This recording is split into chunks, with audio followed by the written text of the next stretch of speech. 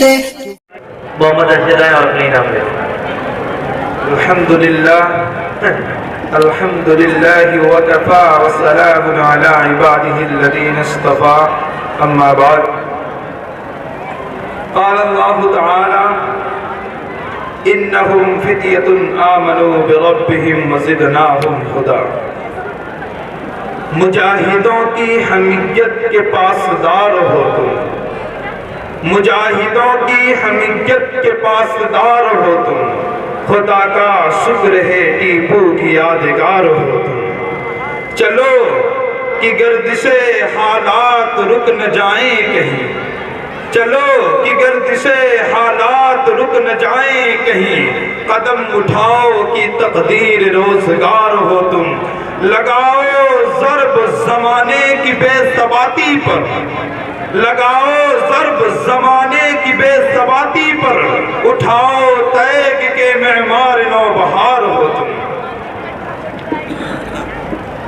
محترم سامعین، آج کے ان نازک حالات میں مذہب اسلام پر چوطرفہ حملہ ہو رہا ہے. بڑے بڑے فتنے جہنم کے شعلوں کے مانند بھڑک رہے ہیں. قسم قسم کے ایمان سوز، اخلاق سوز اور انسانیت سوز فتنے ابھر رہے ہیں. مادیت کی لہریں، الحاد و بے دینی کے طوفان اور قوم پرستی کی آندھیاں نبوت محمدی سے آنکھیں ملانے کو تیار ہیں. مسلمہ کذاب نئی روپ دھار کے نبوت محمدی کو چیلنج کر رہا ہے اور اسلامی سرمایہ پر ڈاکہ ڈالا جا رہا ہے. اسلامی قلعوں میں شگاف اور درار پیدا کرنے کی کوششیں کی جا رہی ہیں. انٹرنیٹ کا سہارا لے کر عالمی سطح پر بے حیائی کی بدکاری، فحاشی اور عریانیت کو فروغ دیا جا رہا ہے. اور افسوس کہ دنیا ان شعلوں میں چل کر خاکستر ہو رہی ہے. بالخصوص امت محمدیہ کا وہ نوجوان جو پہلے فن سپہ گری و تیغ زنی کا دل دادا تھا، آج رس و سرور کے فن کمان حاصل کر رہا ہے.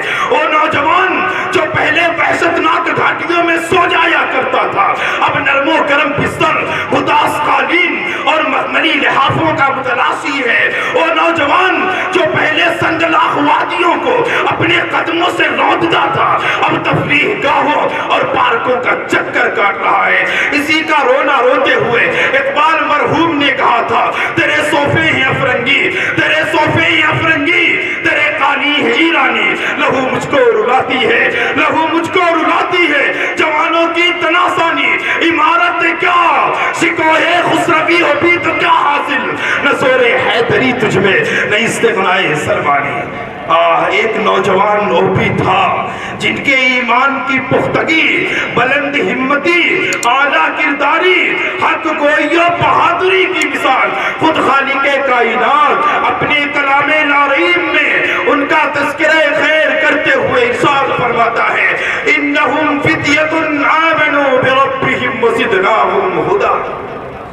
مگر آج کا مسلم نوجوان الحاد و بے دینی کے طوفان بلاخیز میں پھنسا ہوا ہے. لیکن اے امت محمدیہ کے دھڑکتے دلوں، اے قوم کے رگوں کے لہو اور اسلام کے سپاہیوں، تمہیں مایوس ہونے کی ضرورت نہیں، بلکہ اٹھو اور اپنے اندر پاکیزہ جذبات کی گرمی، خلوص کی چاشنی، ربانیت کا جلال و جمال، محبت کی تپش اور عزائم میں بلندی پیدا کرو. اور ہاں، تمہارے نگاہوں کے سامنے صدیق اکبر کا جلال ایمانی ہو، عمر کی حکمت و دانائی ہو، عثمان کی حیا و پاک دامنی ہو، علی کی قوت و پامردی ہو، حمزہ کی شجاعت و بصارت ہو، ابو ذر کا فقر و استغنا ہو، سلمان کا صدق و صفا ہو، ابن مسعود کی معرفت و آگاہی ہو، خبیب کا جذبہ شہادت و جذباری ہو، بلال کی للہجت و عرفتگی ہو، مصعب کی حکیمانہ دعوت سرگرمی ہو، اور خاندان یاسر کی صبر و شکیبائی ہو.